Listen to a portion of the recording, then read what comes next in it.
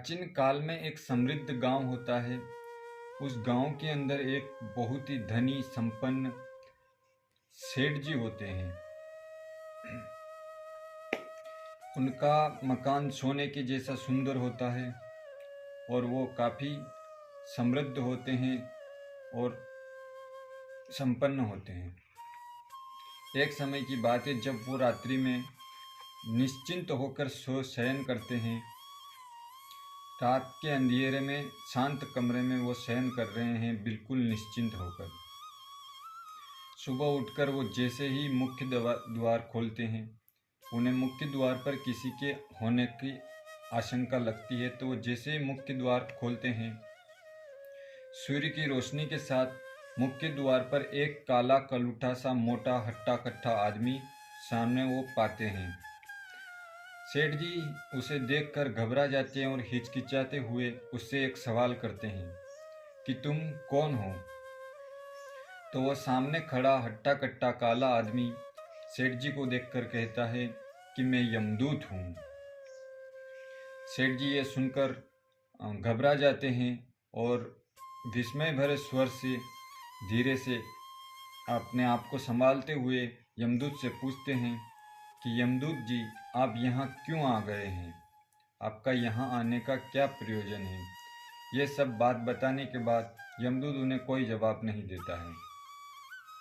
सेठ जी आदर सहित यमदूत को अपने घर के भीतर लाते हैं और यमदूत को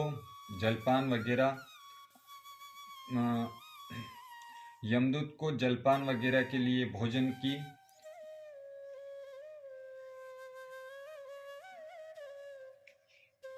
सेठ जी यमदूत को सम्मान के साथ घर के भीतर लेके आते हैं, किसी भी तरह अपने आप को संभालते हैं और यमदूत को अतिथि सत्कार के लिए भोजन वगैरह जलपान वगैरह करवाते हैं।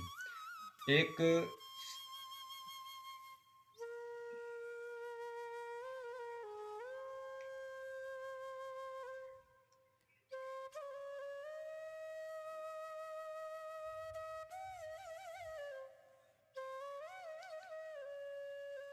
जलपान वगैरह करने के बाद यमदूत कहता है मेरे को थोड़ा आराम करना है।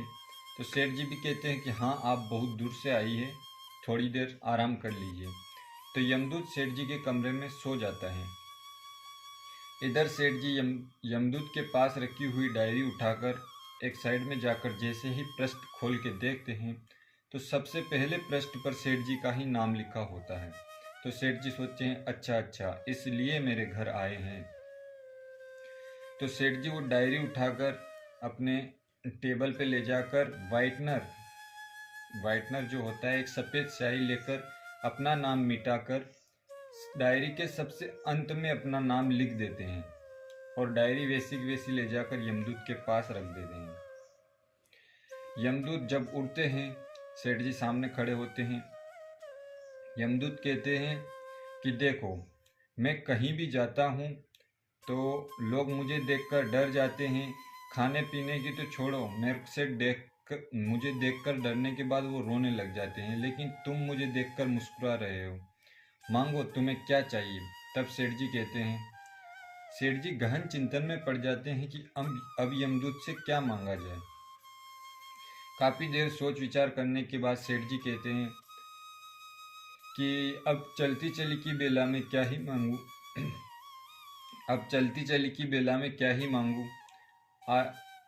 अब तो समय पूरा हो चुका है। नहीं, यमदूत कहते हैं नहीं, फिर भी तुम कुछ मांगो, मैं तुम्हारी सेवा से प्रसन्न हुआ हूँ।